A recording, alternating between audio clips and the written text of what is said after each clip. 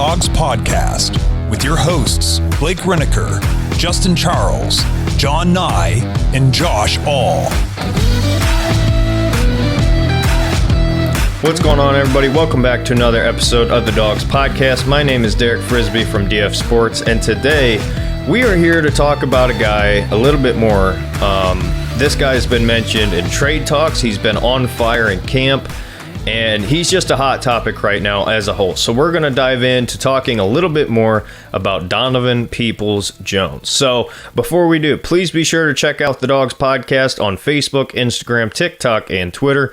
Please be sure to like this video, drop a comment in the comment section, subscribe to the channel, and if you want to get your voice heard on the show, thedawgspodcast.com is going to be your way to do that.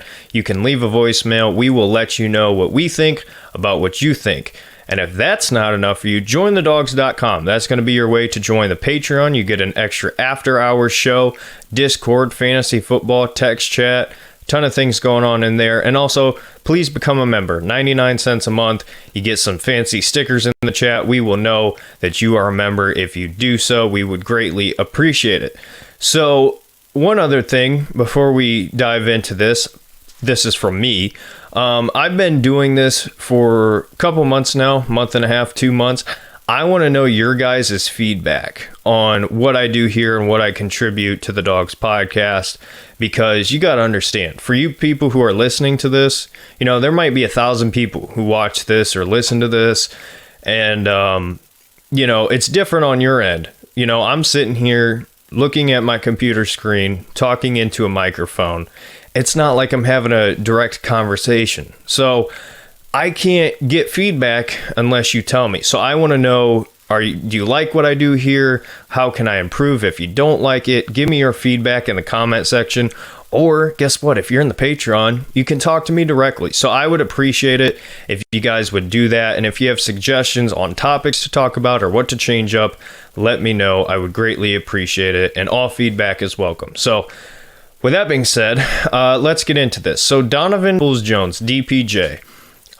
Just to give you some quick background on DPJ for anybody who might listen to this or watch this who doesn't know a whole lot about him. DPJ is 6'2", 204 pounds. He is 24 years old. He was drafted 187th overall in the 6th round in the 2020 NFL draft to the Cleveland Browns. So that's kind of your quick bio on DPJ. This is interesting, right? Because as I mentioned in the intro, his name has been a really hot topic. And I've been talking a lot about the Browns receiving core.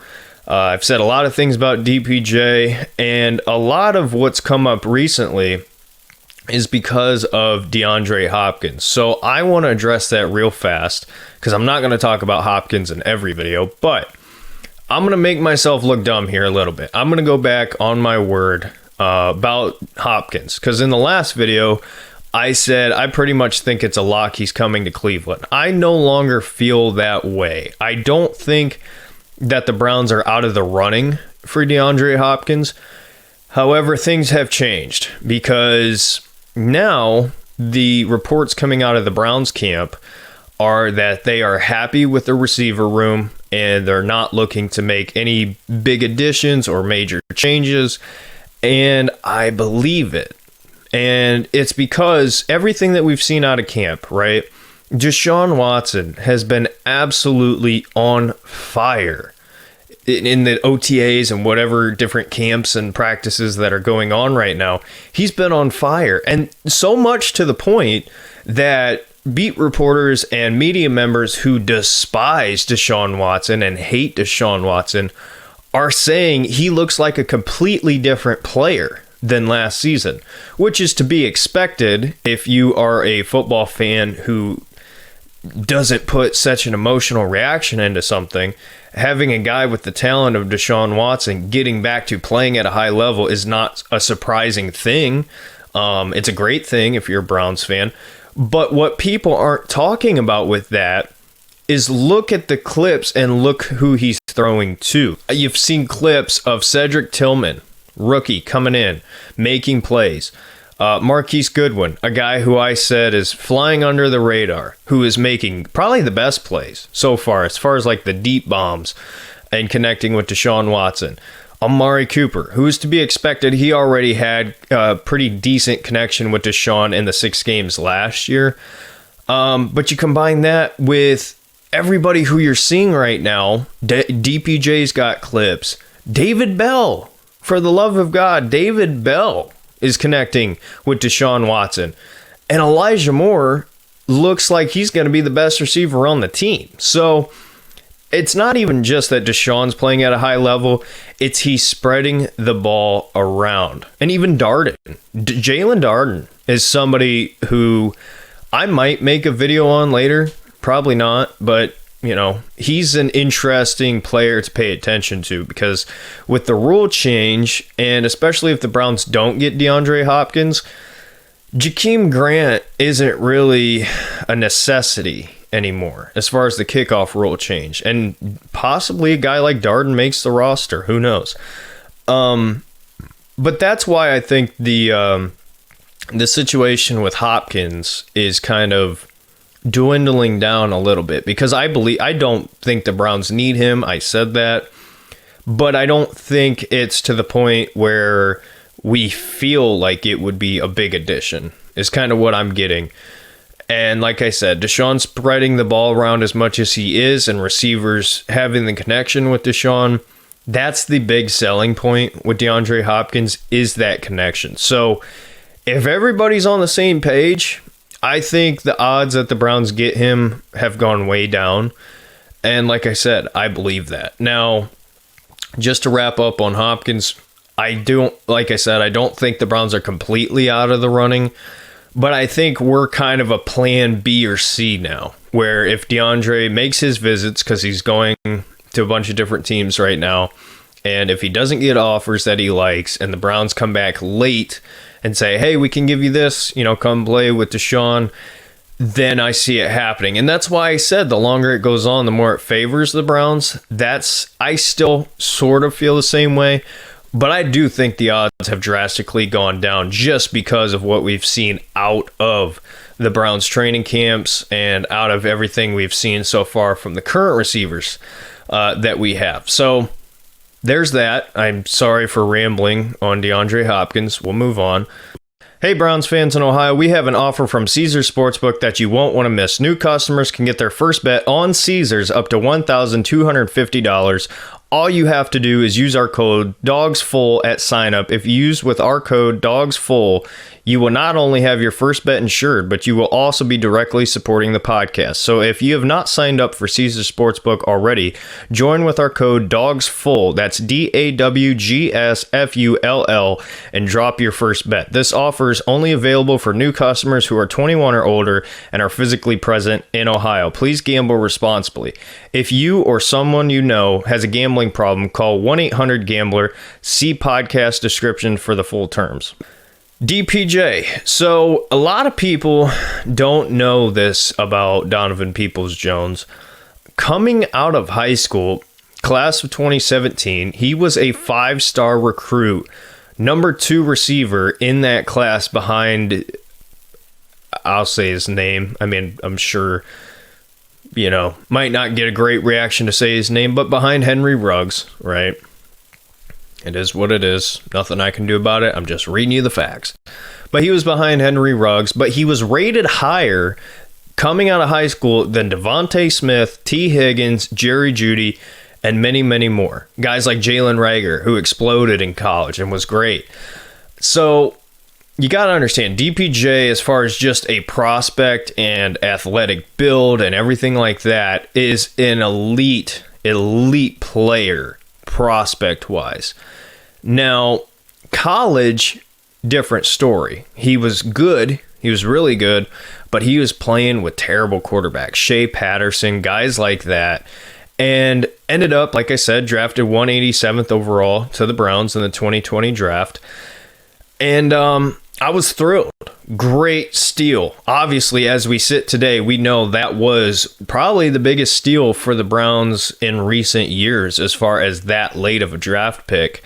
And DPJ in his rookie season caught 14 of 20 balls, 304 yards, 2 touchdowns, and that was in 12 games. So I'm going to go ahead here and pull up the stats so you can see them on the screen. And just to show you from a visual standpoint here, what DPJ has done in the NFL. So looking at this, DPJ has had a really good career so far in the NFL. Like I said, rookie year, 304 yards, 2 TDs, caught 14 of 20. That was his rookie season. And then in 2021, he improved quite a bit, caught 34 of 58 balls, 597 yards with 3 touchdowns in 14 games. So as you can tell, the relying on DPJ went up drastically from 2020 to 2021, and he performed, but not at a level that a lot of people thought he would. DPJ was somebody we thought could step up and be the number 2, and he put up solid number 3 yards. So those were 2 seasons with Baker. Now look at 2022 with Jacoby Brissett and then Deshaun Watson for the back half. 61 of 98 catches, 839 yards with 3 TDs, and that was in 17 games. So, very interesting looking at the numbers for DPJ. At least to me personally. I think it's interesting, kind of the numbers that he put up, and especially looking at the different quarterbacks that he played with. That's kind of the factor here, too, because the conversation about Donovan Peoples-Jones is looking towards the future. He's in the last season of his rookie contract, and when it comes to making a decision on these guys, I'm on the record, and I still believe this, the Browns drafting Cedric Tillman was the replacement for DPJ, because there is such a high value on X receivers in the NFL. DPJ, while he can play multiple different spots, that big body, like I said, at his size, is a rare. It's a rare thing right now. You don't have the Calvin Johnsons, DeAndre Hopkins, big guys like that anymore. That's why you saw Drake London get drafted high, even though I don't like him and I don't think he's a great player. The size and the contested catchability is what teams don't really have, a ton of. There's not a whole lot of these guys out there. So that is part of the reason why I think DPJ is on his way out. And there was really 2 guys in the draft this year that stood out as far as the X receivers. And we got one of them in Cedric Tillman. So you're not going to carry 2 guys who have the same skill set. This episode is sponsored by BetterHelp. Browns fans, you know that rooting for this team alone can be a serious cost for therapy. But let's be real, and guys, you know what I'm talking about, whether you want to admit it or not. Sometimes we're just not okay. And it's okay to not be okay, but it's time to step up and do something about it. Talk therapy is a tremendous avenue to dealing with the stresses and anxieties we all face in everyday life. As men, we often experience the weight of providing for our families while trying to appear as strong as possible, but trying to hold it all together creates a ton of pressure. And BetterHelp provides a network of over 30,000 licensed and experienced therapists who can help you understand and manage your emotions. Look, we all have big feelings and we all go through rough times in life where we just need to talk through things. BetterHelp lets you talk to your therapist whenever and however it's convenient for you. You can video chat or call, or you can just send a text message to your therapist whenever you need to talk. And you don't have to worry about whether your therapist is the right fit for you because you can switch anytime at no additional charge. Unlike traditional talk therapy where you have to adjust your schedule to fit into the therapist's calendar, BetterHelp is completely flexible and allows you to schedule time to talk that fits your calendar. Right now, get 10% off your first month at betterhelp.com/dogs. That's betterhelp, HELP.com/dogs, DAWGS. Give it a try. Try it out for a month and just see if talk therapy is right for you. That's 10% off your first month at betterhelp.com/dogs. Take back control of your feelings and give BetterHelp a try today. The projections for DPJ, so numberfire.com I have written here, projects that DPJ is going to have 43 out of 70 catches, 3 touchdowns, and 611 yards. So I actually disagree with that a little bit. I wrote my projections. I think DPJ is going to have somewhere around 52 catches out of 83, 720 yards, and between 5 and 6 touchdowns. Now, the reason why I say that is because looking at his last season, right, only had 3 TDs, but his yards went up drastically. I think it's going to be reversed this season, with a full year of Deshaun Watson and the other guys that we've brought into the receiving room.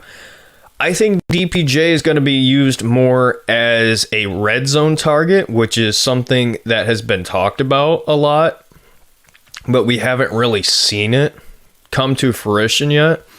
I think this is the year it happens. I think his yards go down a little bit because you got to understand, Amari Cooper was 1,000+ receiver last year. DPJ put up 839 last year and looked really good. Now you bring in Elijah Moore, Marquise Goodwin.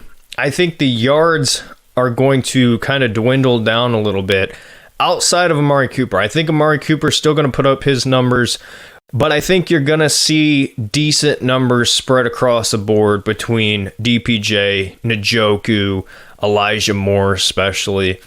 And it's just more so about filling the role for each of these guys. So I think DPJ's yards go down a little bit. I think maybe his targets go down a little bit, but his touchdowns go up. That's how I view DPJ's year this year. And as far as projections in a new contract, 15 to 20 million per year is probably what you're looking at for DPJ. Now, just for comparison, this is from 2 years ago, right? And I was looking at guys similar to DPJ in the NFL and kind of what they got contract-wise. Corey Davis is 6'3", 209 pounds at 28 years old and signed a 3-year, $37.5 million contract in 2021. That puts him at 12.5 per year. So about the same size, similar skill set. But I think DPJ offers you more. I think DPJ, as far as his time in the NFL, has been a better football player than Corey Davis. That's just my personal opinion. And DPJ has constantly progressed throughout his career. Where, when you look at Davis, it's like he's been good, but he's not gone to that next level, at least in my opinion. He's always been really good, but not great. DPJ, I think, has shown that he's gone from being a late draft pick to being really, really good, and now he's on the verge of great. And so far, what we've seen in the Browns offseason, his connection with Deshaun Watson has been really good. There was one play where it was like back at the end zone, right? High pass, and DPJ just snagged it. Incredible catch. That's what I see. I see DPJ being used as that red zone target, and being 4 years younger, you're going to get paid more. These wide receivers are getting paid more as it is. And, with his skill set, he's got decent separation and solid speed. I think it was rough his first year, somewhat into his second year, but last season, I think DPJ showed a little bit more separation, a little bit more run after the catch ability. And he's been a fantastic contested catch receiver. I mean, he makes plays that kind of don't make sense how he caught that ball. But he does, and he adjusts to the ball at a high level. And, for a guy like that, who is on the younger side, 24 years old, going into his second contract, I think DPJ is looking between 15 and 20 million per year. The Browns aren't going to do that, okay? The Browns, as much as I love Donovan Peoples-Jones and want him to remain a member of the Cleveland Browns, they aren't going to pay that. I just can't see it happening. Unless he would be willing to do a 1 to 2 year deal on a somewhat team-friendly contract where Andrew Berry can do what he does and kind of front-load the money, big signing bonus, all that jazz. And maybe, but probably not. Because, you're in a rough spot as far as how you're going to work this cap situation out. Because Amari Cooper, have to make a decision on him. DPJ, have to make a decision on him. After that, you're sitting pretty with Elijah Moore for another year, but then you're going to have to extend him, and you might think about extending him next season if it works out. So, Andrew Berry's got a lot of decisions to make. Now, comparing Cedric Tillman to DPJ. Tillman, to me, is essentially a more athletic, faster version of DPJ. Now, that sounds all well and good, right? But the thing is, we've seen DPJ do it at the next level. We haven't seen anything out of Cedric Tillman yet. So I'm not going to say that, hey, move on from DPJ because Tillman's great. We don't know, right? That's a wait and see situation. However, as far as being a prospect and the same abilities, I think Tillman is DPJ just a little bit better. And for me, that's why I believe that the Browns will make the decision to move on from Donovan Peoples-Jones, because our offense is not going to be an offense that is just a lob it downfield, contested catch offense, right? Kevin Stefanski, even despite us passing more this season, which according to Deshaun Watson, the offensive playbook is totally different, which I think is a really good thing, because it's going to be his playbook, right? But that doesn't mean it's just going to be a four-vert, every play just launch at 60 yards and hope that, it works out. That's not going to be the case. Kevin Stefanski's offense, no matter how much you want to tweak it, as far as the passing game, is going to be a timing and rhythm offense. Now, does that mean that we're not going to go off script and Deshaun's going to have to be a playmaker? No, of course that's going to happen. That's football. But with that being said, you have other guys on this roster, Amari Cooper, Elijah Moore, David Bell fits that role. As far as, if the play breaks down, find a way to get open. DPJ is your chain mover. At his size, with his ability, he's the guy you just throw it up to and you hope it works out. That's not the complete style of the offense that we're going to be running, in my opinion. So you don't need to keep two of those type of guys around long term. And I know that might be a little bit confusing how I said that. I apologize. But my point being there is, that's not going to be the focus of the offense. So why would you keep DPJ and Tillman both on this roster long term? It just doesn't make sense. And if the Browns were wanting to add a receiver and keep DPJ, they would have went with a Jalen Hyatt type who's going to bring something different, that speed aspect. They literally drafted DPJ 2.0 in Cedric Tillman. It makes too much sense for the Browns to move on. Now, would I trade DPJ? No. If you don't get DeAndre Hopkins, absolutely not. If you do get DeAndre Hopkins, I would consider listening to offers, and here's why. I mentioned it, the rarity of having a receiver at that size with his ability, who's progressing and has gotten better throughout his career. It's rare, right? And on the open trade market, I would take calls. If you got DeAndre Hopkins, and you gave him a 2 to 3 year deal, I would take calls. I would consider it. But at the same time, I don't know. It doesn't make a whole lot of sense as far as trading DPJ, because why not get the most out of him this year while you can? You're in win now mode, right?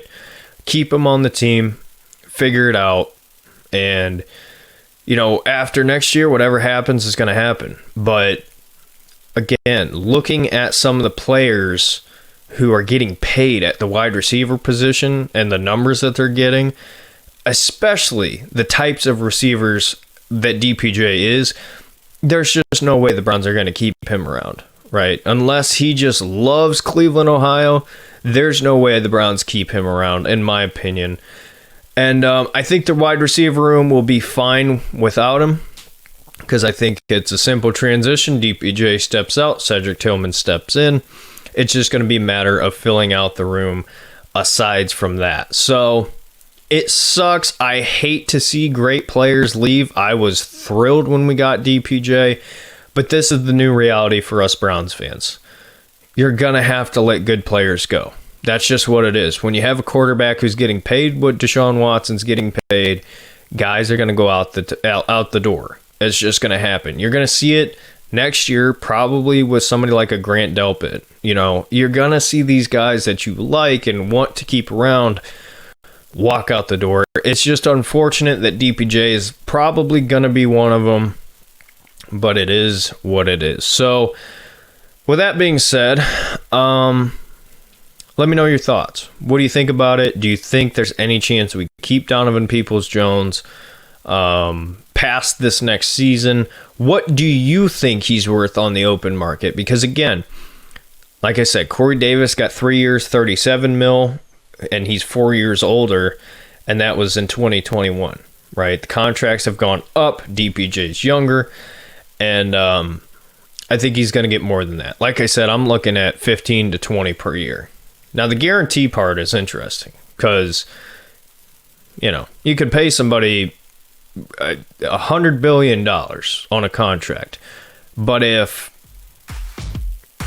10 million's guaranteed, it is what it is. But anyway, let me know your thoughts. Again, my name is Derek Frisbee from DF Sports, and we will see you in the next one. Go Browns. Thanks for listening to another episode of the Dawgs Podcast. Make sure you subscribe on YouTube and follow us on Twitter at the Dawgs Podcast. Get your thoughts on the show at thedawgspodcast.com.